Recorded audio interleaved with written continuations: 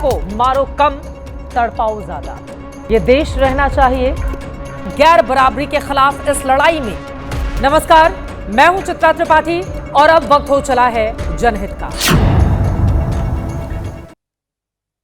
Orient bell tiles studio से आप देख रहे हैं एबीपी न्यूज। नमस्कार, मैं हूं चित्रा त्रिपाठी और अब वक्त हो गया है जनहित का। जनहित में आज बात करेंगे ट्रिशा शर्मा की डेथ मिस्ट्री की, जिसका पति खुद वकील है, सास भी जज रह चुकी हैं। लेकिन क्या सीबीआई इन दोनों से ट्रिशा की मौत का सच निकलवा पाएगी? और अब जनहित में अगले 1 घंटे जो खबरें विस्तार से देखेंगे उसके बारे में देते हैं जानकारी। आज की ब्रेकिंग स्टोरी है, सास बहू बेटा, उस रात क्या घटा? ट्रिशा शर्मा के पति समर्थ सिंह के चेहरे पर आज बेशर्म हंसी क्यों थी? क्या जज और वकील मां बेटे की जोड़ी ही कातिल है? बिग स्टोरी में दिखाएंगे यूपी में बिजली ऑफ, सियासत ऑन। बिजली के तारों में बिजली नहीं है, यूपी घने घुप अंधेरे में है, लेकिन इन्हीं बिजली के तारों में 2027 का चुनावी करंट खूब दौड़ रहा है। एक्सक्लूसिव स्टोरी में दिखाएंगे ईरान की हिटलिस्ट किल इवांका। क्या जूनियर खामनेई पिता के खून का बदला ट्रंप की बेटी इवांका से लेना चाहते हैं? साजिश कब और कैसे रची गई, आज क्या आई है बड़ी खबर, बताएंगे। और आज 9:30 बजे स्पेशल स्टोरी में देखिए, मिसाल तैयार है, बस ऑर्डर का इंतजार है। ईरान पर हमले का काउंटडाउन फिर तेज हो चला है। ट्रंप ने खुद की छुट्टी कैंसिल कर दी है, सेना की भी कैंसिल हो गई है। तो चलिए जनहित में अब खबरें विस्तार से दिखाते हैं और शुरुआत मॉडल एक्ट्रेस ट्रिशा शर्मा की दुखद मौत से जुड़े चौंकाने वाले अहम खुलासे से। 33 साल की ट्रिशा की मौत के बाद आज पहली बार उस जगह की तस्वीर सामने आई जहां 12 मई को ट्रिशा की लाश पाई गई थी। उस रात भोपाल के उस मनहूस घर में सास, बहू और बेटा थे। सास यानी रिटायर्ड जज गिरिबाला सिंह, बहू यानी ट्रिशा शर्मा और बेटा यानी समर्थ सिंह। ट्रिशा ने आत्महत्या की या फिर उसकी हत्या की गई? ये सवाल उसकी अफसोसनाक मौत के 12 दिन बाद भी पहेली ही बना हुआ है। आप बीती सुनाने के लिए ट्रिशा इस दुनिया में है नहीं, जबकि सच्चाई के गवाह उसके पति समर्थ और सास गिरिबाला हैं, जिन पर रसूख और ठसक के बूते कानून को निजी जागीर के रूप में इस्तेमाल करने के आरोप लगे हैं। लेकिन कहते हैं ना कि कानून के हाथ बेहद लंबे होते हैं। ऐसे में देर से ही सही पूर्व जज गिरिबाला और उनके वकील बेटे समर्थ का कानून से सामना होने लगा है। समर्थ भोपाल पुलिस के शिकंजे में है। आज ही भोपाल की जिला अदालत ने उन्हें 7 दिन के पुलिस रिमांड पर भेजा है। ऐसे में बड़ा सवाल यह है, क्या ट्रिशा को इंसाफ मिल जाएगा या फिर पूर्व जज और वकील बेटे की जोड़ी इंसाफ का रुख अपने रसूख के बूते मोड़ने में कामयाब हो जाएगी? फिलहाल ट्रिशा की सास गिरिबाला सिंह भले ही भोपाल की जिला अदालत से मिली अग्रिम जमानत का सुख भोग रही हूं, लेकिन ट्रिशा के मायके वालों की अर्जी पर सोमवार को जबलपुर में मध्य प्रदेश हाईकोर्ट गिरिबाला की जमानत रद्द करने पर सुनवाई करेगी। अब सवाल यह है, क्या पूर्व जज गिरिबाला की जमानत रद्द हो जाएगी और क्या उन्हें भी जेल जाना पड़ेगा? इस बीच सबसे हैरानी की बात यह है कि ट्रिशा की दुखद मौत हो चुकी है। लंबी फरारी के बाद उसका पति समर्थ पुलिस के शिकंजे में आया है, लेकिन मां का रसूख कहिए या खुद वकील होने का घमंड, आज जब समर्थ कोर्ट में पेश हुआ तो उसके चेहरे पर दुख या पश्चाताप नहीं बल्कि बेशर्म हंसी दिखी। तो सभी ने देखा, वो हंस रहे थे। अब उनने क्या करा है नहीं करा है पुलिस निकालेगी 7 दिन के अंदर। और पासपोर्ट के संबंध में प्रोसीडिंग हुई थी। उनके वकील साहब ने आज अपना पासपोर्ट भी जमा कर दिया, जो आरोपी है उसका।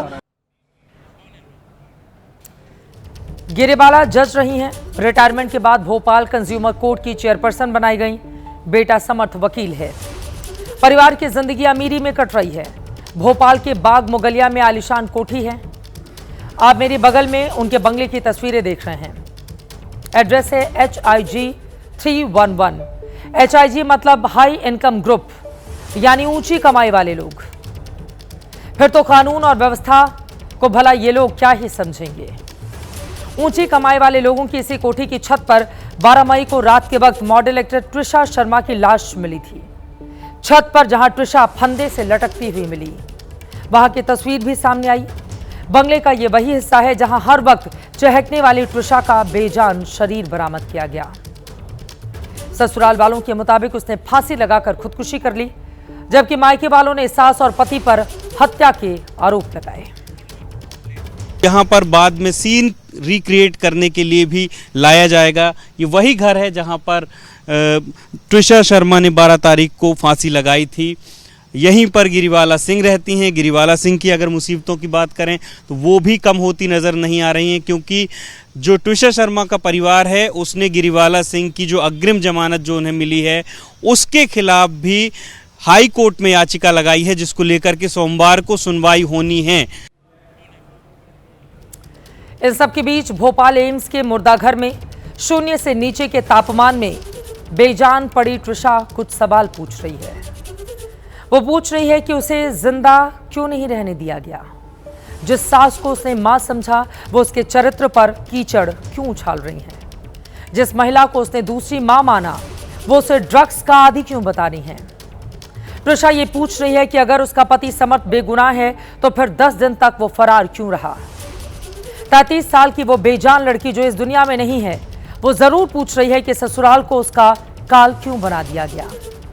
ट्रिशा अपनी सास और पूर्व जज गिरिवाला से पूछ रही है कि अगर मैं आपकी बेटी होती तब भी क्या मेरे साथ यही सुलूक किया जाता। वो पूछ रही है कि शादी के 6 महीने में ही उसकी जिंदगी क्यों छीन ली गई। ट्रिशा पूछ रही है कि घर बचाने के नाम पर आखिर उसे ही क्यों सहना पड़ा। ट्रिशा ये पूछ रही है कि जब वो इस दुनिया में नहीं है तब क्या उसकी सास और पति को एहसास है कि उसे भी प्यार और अपनापन चाहिए था। कानून से लंबी लुकाछिपी के बाद ट्रिशा के पति समर्थ सिंह आखिरकार पकड़ में आया। वो शुक्रवार को जबलपुर जिला कोर्ट में सरेंडर करने के लिए पहुंचा। चेहरे पर मास्क, सिर पर टोपी, आंखों पर काला रंग का चश्मा ताकि कोई पहचान न सके। लेकिन कोर्ट के अंदर भेद खुल गया।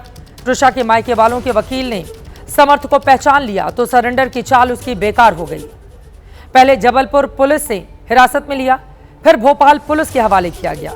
इसके बाद देर रात उन्हें भोपाल के कटारा हिल्स थाने में लाया गया, जहां आज मेडिकल के बाद जिला कोर्ट में पेशी हुई तो अदालत ने समर्थ को 7 दिन के पुलिस रिमांड में भेज दिया। जबलपुर में ट्रिशा का पति कैसे पकड़ा गया उसकी कहानी आप चश्मदीद वकील की जुबानी जरूर सुनिए।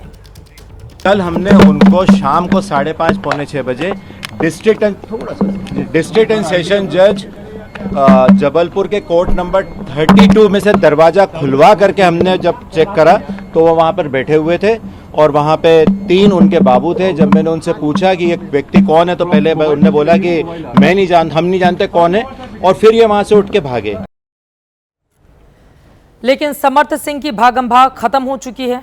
वो भोपाल पुलिस के शिकंजे में है, उसी पुलिस के शिकंजे में जिस पर ट्रिशा के परिवार को रत्ती भर भी भरोसा नहीं, जिस पुलिस पर समर्थ सिंह के खिलाफ एक तरफ इनाम रखने और दूसरी तरफ उसे बचाने के भी आरोप हैं।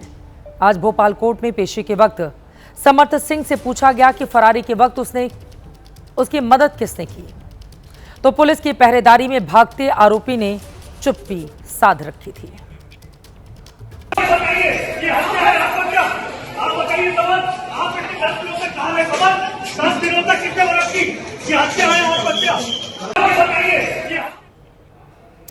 क्या वाकई समर्थ को फरारी के दौरान रसूखदारों से मदद मिली?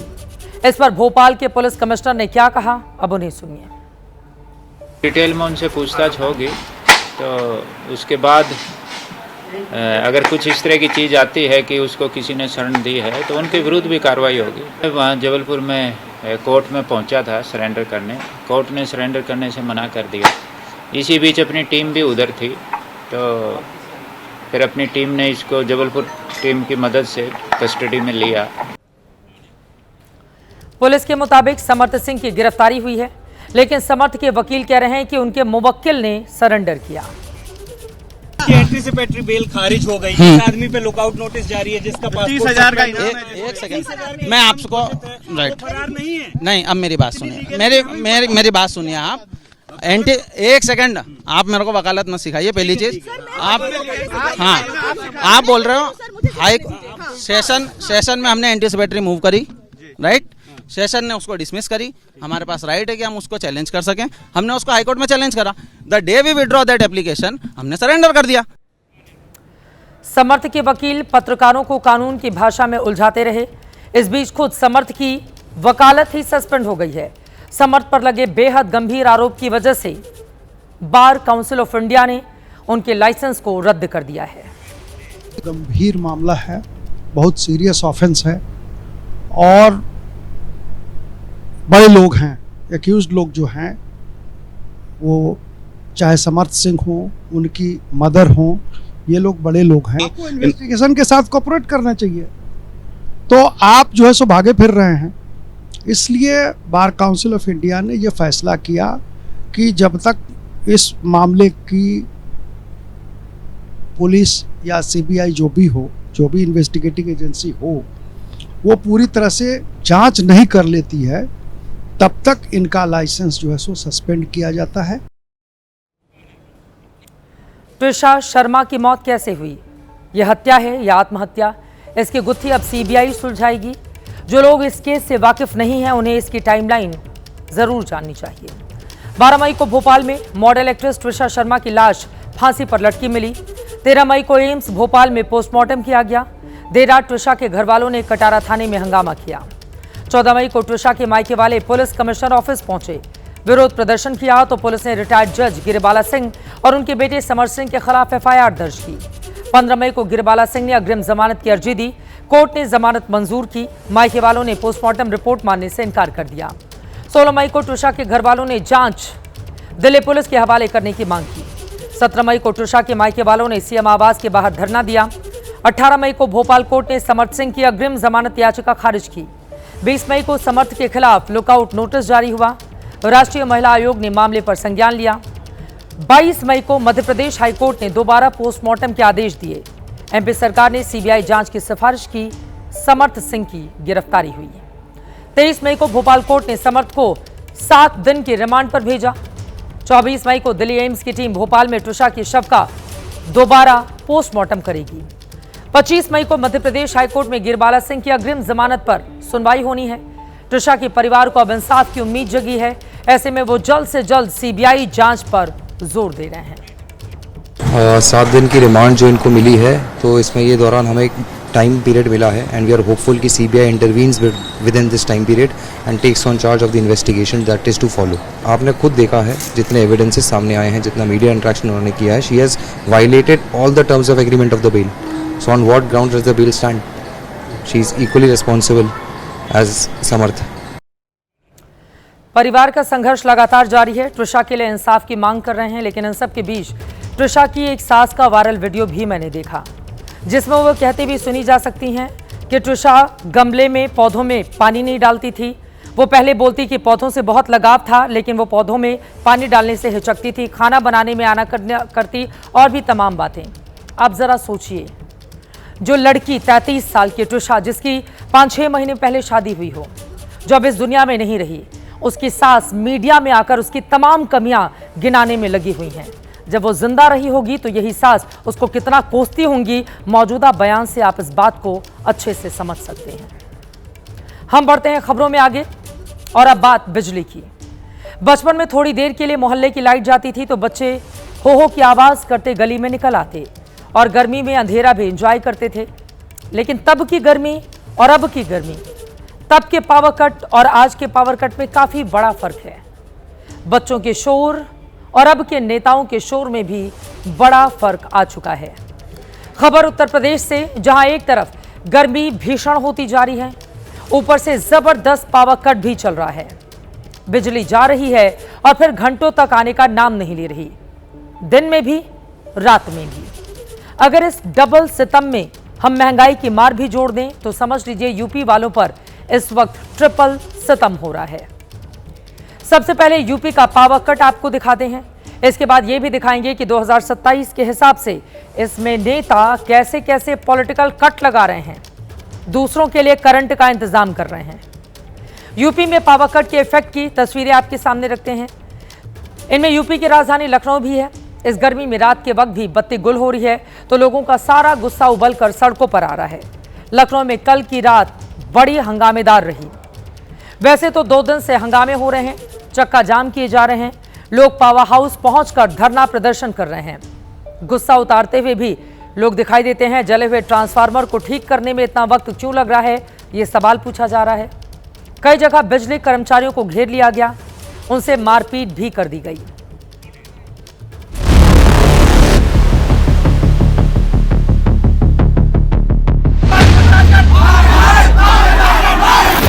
15 मिनट में चली जाती है, 15 मिनट बाद आती है, फिर 15 मिनट 20 मिनट में चली जाती है। लगभग दिन भर में 10-15 मिनट 10 बार 15 बार लाइट जाती है। बिजली आती जाती है कि रात को परेशान करती, 2 बजे 3 बजे चली जाती है कि क्षेत्र में एकदम लाइन नहीं है। बाजार में 2-3 घंटा दे करके काट दे रहे हैं। 18 घंटे की जगह 7 घंटे 8 घंटे 9 घंटे बिजली आपूर्ति की जा रही है। बिजली की आपूर्ति जो ठीक ढंग से करीब 15-20 दिनों से नहीं हो रही है। सरकार की मंशा है कि हमें 18 घंटे की विद्युत आपूर्ति सुनिश्चित की जाए और हम लोग इतने परेशान हैं कि कायदे से 8 घंटे की भी विद्युत आपूर्ति नहीं यहाँ पर हो रही है। लगभग 600 मकान जो है दिन में लाइट नहीं है। वैसे तो गर्मी का ताप पूरा देश झेल रहा है, लेकिन यूपी इसलिए ज्यादा सहानुभूति का पात्र है क्योंकि इस वक्त देश के जो 50 शहर सबसे ज्यादा गर्म हैं, उनमें 26 शहर सिर्फ उत्तर प्रदेश के हैं। गर्मी बढ़ने और बत्ती गुल होने का ये कॉकटेल राजनीति की गर्मी भी बढ़ा रहा है। विपक्ष ने सवाल उठाने शुरू कर दिए हैं कि जो सरकार बिजली तक ठीक से नहीं दे सकती, उसकी बड़ी बड़ी बातों पर भरोसा छोड़ देना चाहिए। यूपी में 9 महीने बाद विधानसभा चुनाव होने हैं। समाजवादी पार्टी और कांग्रेस ने कोशिशें शुरू कर दी हैं कि गर्मी और अंधेरे के ये दिन कम से कम चुनाव तक लोगों की मेमोरी में बने रहें। इसीलिए जहां लोग सड़क पर नहीं आ रहे, वहां विपक्ष धरने प्रदर्शन करके आरोप लगा रहा है कि ये बिजली संकट बीजेपी सरकार की ओर से पैदा किया गया है और सीएम योगी का मैनेजमेंट पूरी तरह से फेल है।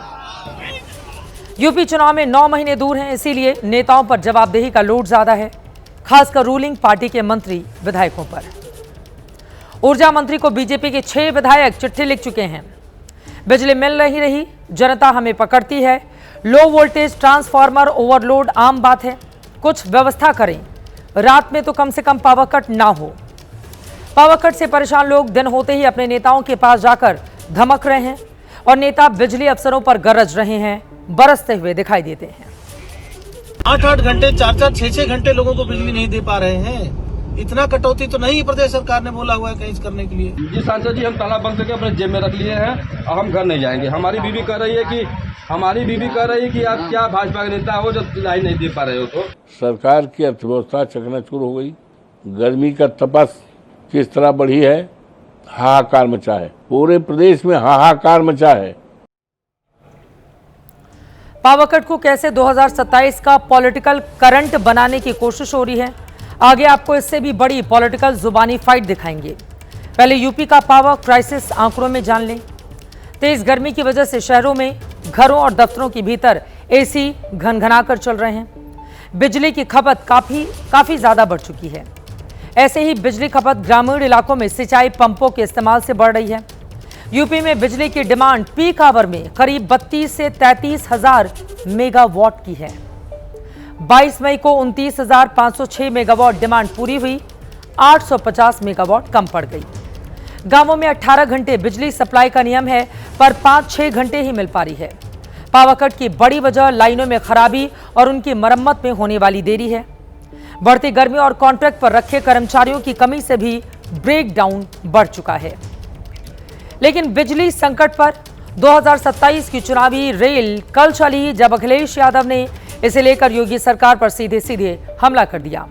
अखिलेश यादव ने पहले लिखा, बोया पेड़ बबूल का तो आम कहां से हुई। बिजली के नए प्लांट लगाना तो आपके बस में था नहीं, ना ही आपकी तंग सोच में है। भाजपा के कुराज में बिजली की मांग ही बढ़ रही है या दाम बढ़ रहे हैं, सप्लाई नहीं।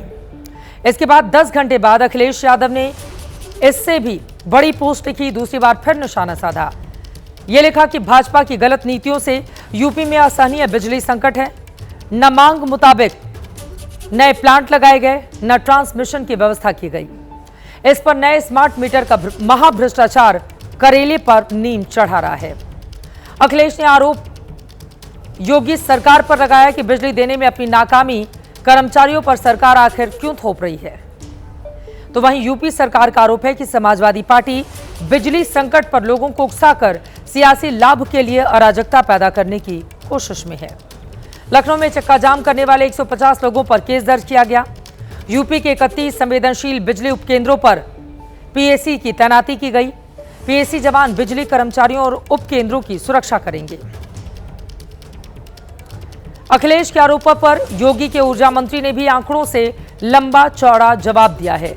उनकी ओर से पोस्ट के शुरू में लिखा गया, आईना जब भी उठाया करो, पहले खुद देखो फिर दिखाया करो। ज्यादातर विद्युत कर्मी अपने कर्तव्य को अच्छे से निभा रहे हैं, लेकिन कुछ लोग जिनके मुखिया अखिलेश यादव जी ही रहे हैं, और मैंने कहा भी था कि उन्होंने बबूल बोया है, वो हम काटने में लगे हुए हैं, समूल विनाश करने में लगे हुए हैं उनका।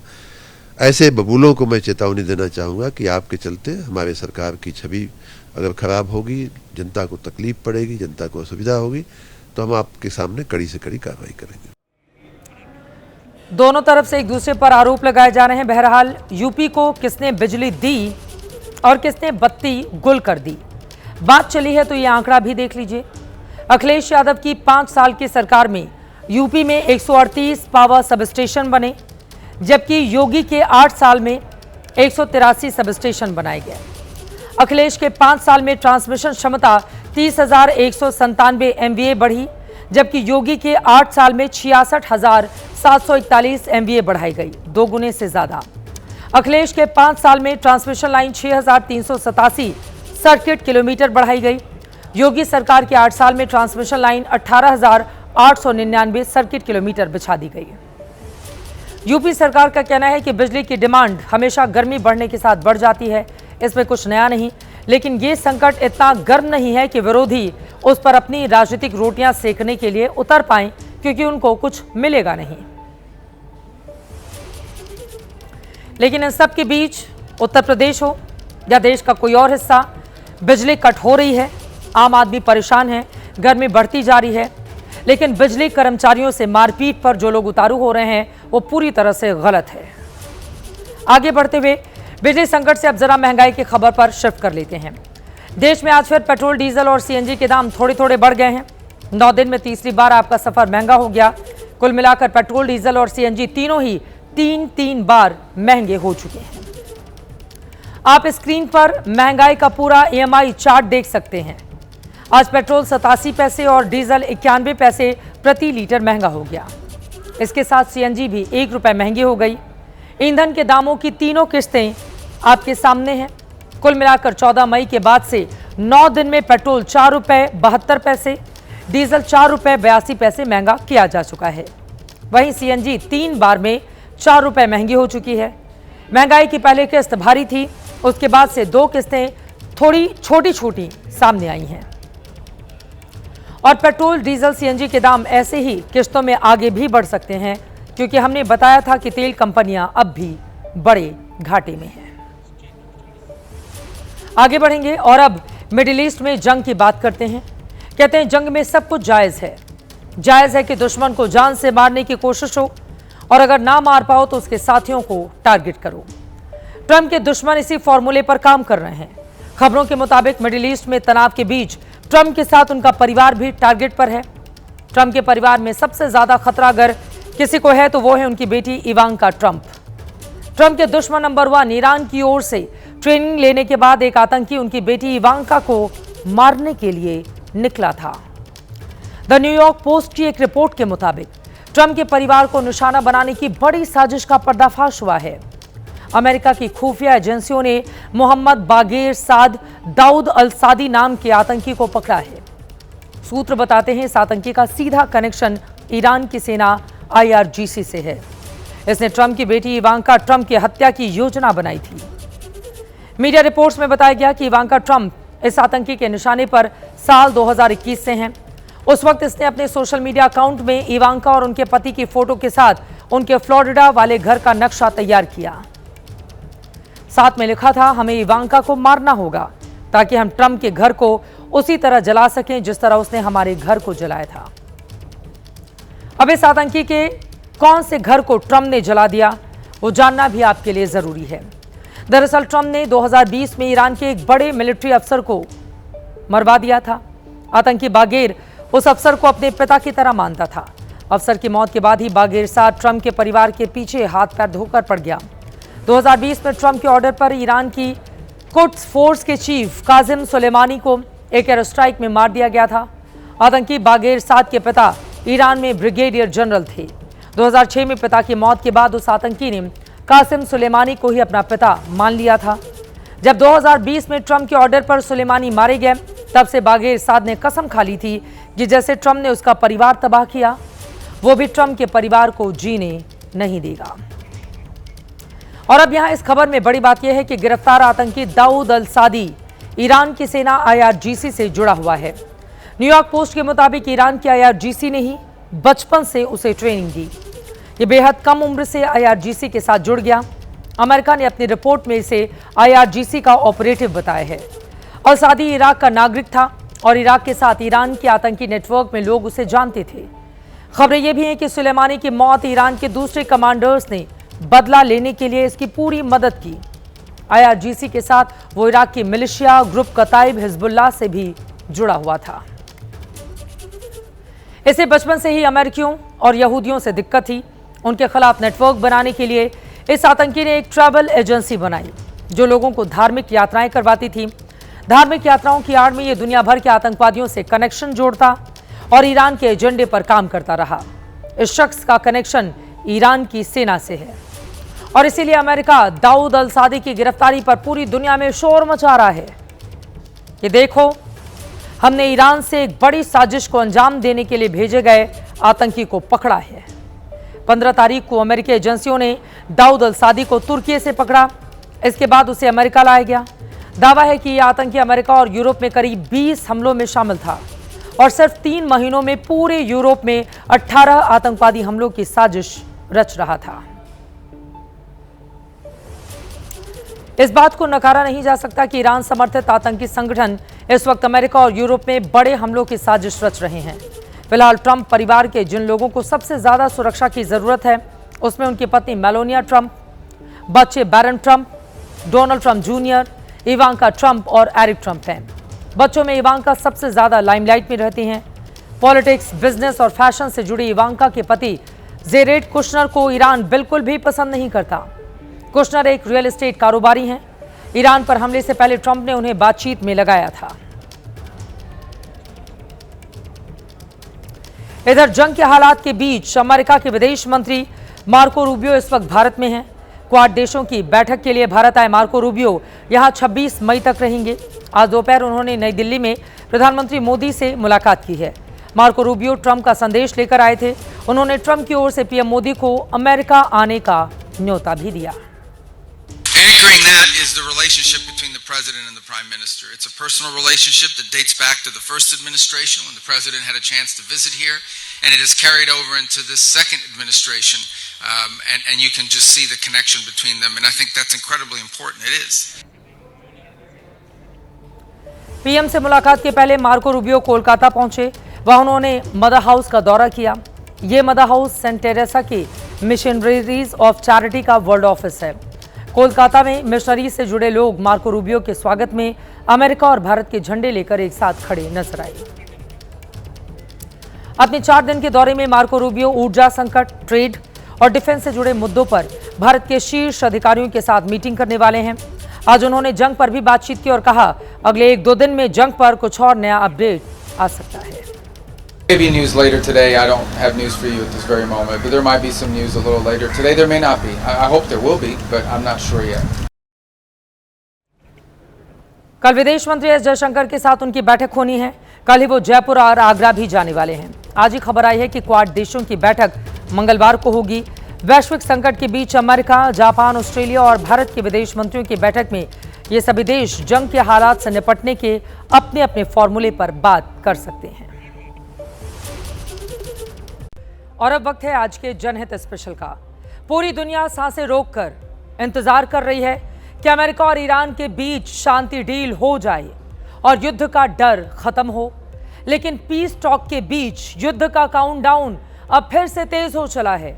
अमेरिका और ईरान दोनों तरफ मिसाइलें तैयार हैं, बस ऑर्डर का इंतजार किया जा रहा है, क्योंकि ट्रंप ने तय कर लिया है कि इस वीकेंड या तो ईरान डील करेगा या फिर अमेरिका दोबारा युद्ध शुरू करेगा। अमेरिका की CBS न्यूज का दावा है कि अमेरिका ईरान पर नए हमलों की तैयारी कर रहा है। अमेरिका सेना और खुफिया एजेंसियों के अधिकारियों की छुट्टियां कैंसिल कर दी गई हैं अमेरिका के भीतर। अमेरिका ने विदेश में मौजूद अमेरिकी सैन्य ठिकानों को दोबारा से वॉर अलर्ट पर डाल दिया है। ट्रंप खुद भी वीकेंड हॉलिडे कैंसिल करके व्हाइट हाउस लौट चुके हैं। व्हाइट हाउस में ट्रंप की हाई लेवल मीटिंग्स चल रही हैं। ये वो बड़े संकेत हैं जो इशारा कर रहे हैं कि अमेरिका ईरान पर नए हमलों की तैयारी में युद्ध स्तर पर जुट गया है और ईरान तो पहले से ही युद्ध के लिए तैयार होकर बैठा हुआ है।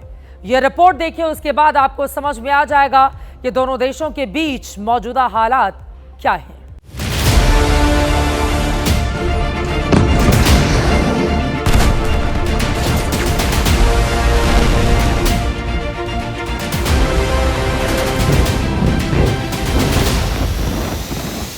Now, the Trump administration is preparing tonight for a fresh round of military strikes against Iran. Cease fire की लिमिट क्रॉस हो चुकी है और युद्ध की चिंगारी जल उठी है। अब किसी भी वक्त ट्रंप ऑर्डर देंगे और मिसाइलें चलने लगेंगी।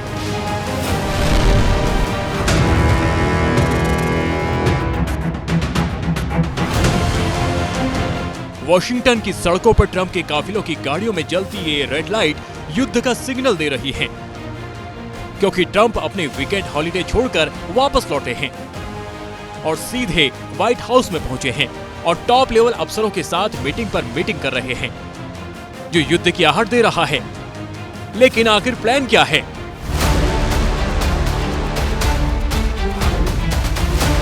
ट्रंप के दिमाग में ईरान पर अटैक का जो प्लान चल रहा है, उसका हिंट ट्रंप के deputy chief of staff Dan Scavino ने B-2 बॉम्बर का ये वीडियो पोस्ट करके दिया है।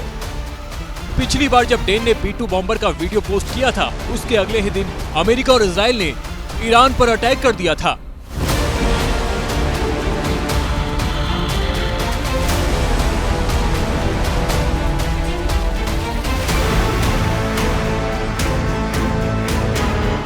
ईरान ने भी संकेत दे दिए हैं कि युद्ध अब किसी भी वक्त शुरू हो सकता है। ये तस्वीर इसका सबूत है, जिसमें ईरान के आसमान में एक भी हवाई जहाज नहीं उड़ रहा, क्योंकि ईरान ने अमेरिकी हमले के खतरे को देखते हुए सोमवार तक अपना एयर स्पेस बंद कर दिया है। ट्रंप का अपने बेटे की शादी में शरीक न होना और ट्वीट करके बताना कि बेटे की शादी में शामिल होने से ज्यादा इम्पोर्टेंट व्हाइट हाउस में मौजूद रहना है। I said, you know, this is not good timing for me. I have a thing called Iran and other things.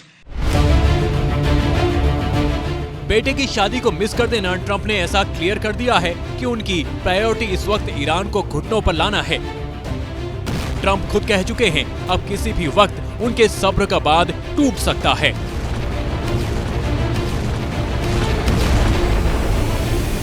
Right on the borderline, believe me.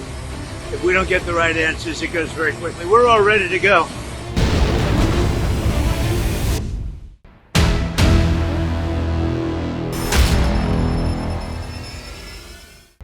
Trump युद्ध के लिए छटपटा रहे हैं, क्योंकि ईरान को डील के लिए मना ही नहीं कर पा रहे। उल्टा ईरान युद्ध विराम से ज्यादा युद्ध पर पूरा फोकस कर रहा है और ट्रंप के डील वाले ऑफर को बार बार लात मार रहा है और ट्रंप की धमकियों का जवाब उकसाने वाले बयानों से दिया जा रहा है। ट्रंप धमकी दे रहे हैं कि ईरान ने हॉर्मुज पर कब्जा नहीं छोड़ा तो हमला करेंगे। बदले में ईरान ने वसूली भाई बनकर हॉर्मुज में टोल वसूली का ब्लूप्रिंट जारी कर दिया है। ट्रंप धमकी दे रहे हैं कि ईरान को किसी भी कीमत पर न्यूक्लियर बम नहीं बनाने देंगे, लेकिन खामनेई ने कह दिया है कि अगर धमकी देना बंद नहीं किया तो ईरान न्यूक्लियर वेपन बना लेगा। ट्रंप धमकी देते हुए कहते हैं कि ईरान को एनरिच्ड यूरेनियम अमेरिका को सौंपना ही होगा, लेकिन खामनेई ने आदेश दे दिया है कि ईरान की यूरेनियम का एक कतरा भी अमेरिका को नहीं मिलना चाहिए। एक तो ईरान का अड़ियल रुख और दूसरा इजराइल के प्रधानमंत्री नेतन्याहू का प्रेशर। ट्रंप अब पूरी तरह से फंसे हुए दिखाई देते हैं, या ये कह सकते हैं बुरी तरह से फंस गए हैं। खबर ये तो भी सामने आई है कि शुक्रवार को अमेरिका ने ईरान को डील का फाइनल ऑफर दे दिया है और धमकी दी है कि अगर ईरान ने ऑफर एक्सेप्ट नहीं किया तो अगले 24 घंटे में सैन्य हमले फिर से शुरू हो सकते हैं। ट्रंप की फाइनल वार्निंग के बाद खाड़ी देशों में हड़कंप मचा हुआ है। ईरान को समझौते के लिए मनाने की कोशिशें तेज हो गई हैं और ट्रंप से युद्ध टालने की मिन्नतें की जा रही हैं। इस रिपोर्ट में देखिए कि हालात कैसे भयावह होने के संकेत दे रहे हैं।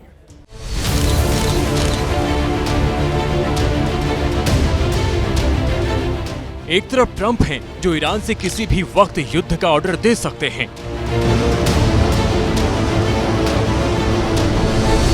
और दूसरी तरफ ईरान है जहां बच्चा बच्चा अमेरिका से बदले का नारा लगा रहा है।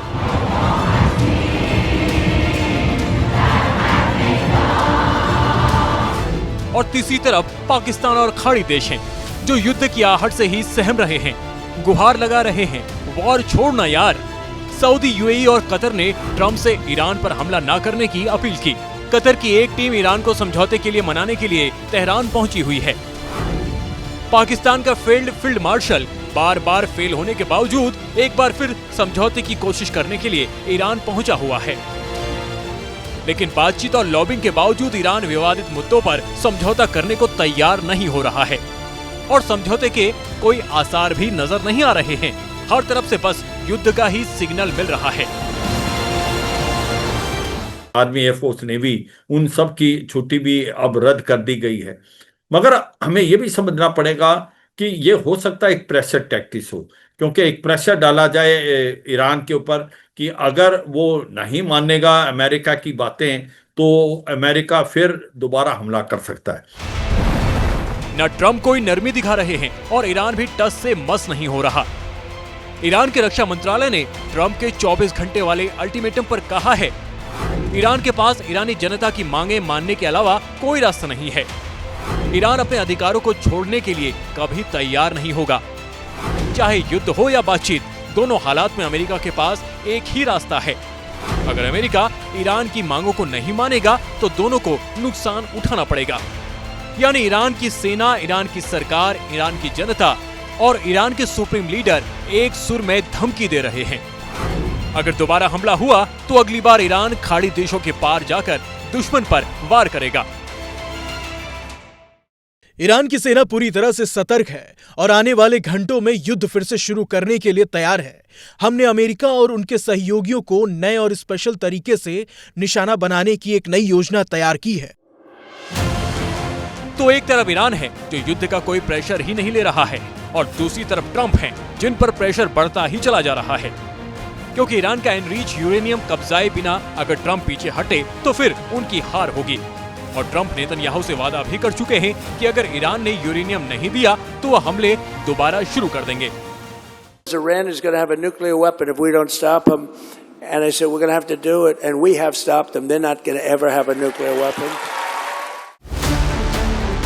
ना ईरान अपने न्यूक्लियर प्रोग्राम से पीछे हट रहा है और ना ट्रंप ईरान के यूरेनियम को कब्जाने से पीछे हट रहे हैं। और यही दोबारा से युद्ध का ट्रिगर पॉइंट बन चुका है।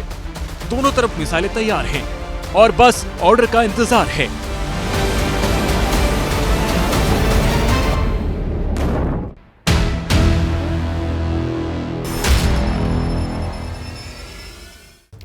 ईरान तो कह ही रहा है कि जब चाहे युद्ध कर लो। ट्रंप ने भी 18 मई को हमले की तारीख तय कर दी है, लेकिन खाड़ी देशों के कहने पर टाल दिया था। इस बार ट्रंप ने युद्ध के ट्रिगर पर अपनी उंगली सेट करके रखी है और ईरान में टारगेट भी लॉक हो चुका है। रिपोर्ट्स के मुताबिक अमेरिका के टारगेट पर ईरान के नतांज, फोर्डो और इस्फहान जैसी न्यूक्लियर साइट्स होंगी। इसके अलावा ईरान की बैलिस्टिक मिसाइल साइट्स, खासकर हॉर्मुज के पास की लॉन्च साइट्स निशाने पर होंगी। ट्रंप पहले ही धमकी दे चुके हैं कि अगली बार ईरान के बड़े एनर्जी और पावर प्लांट पर अटैक होंगे और ईरान के मिलिट्री एयर डिफेंस बेस के साथ साथ मिसाइल प्रोडक्शन फैसिलिटी भी टारगेट पर जरूर होंगी। यानी दोनों तरफ युद्ध का सीन सेट हो चुका है। मिसाइलें रेडी टू लॉन्च हैं और बस ऑर्डर का इंतजार है।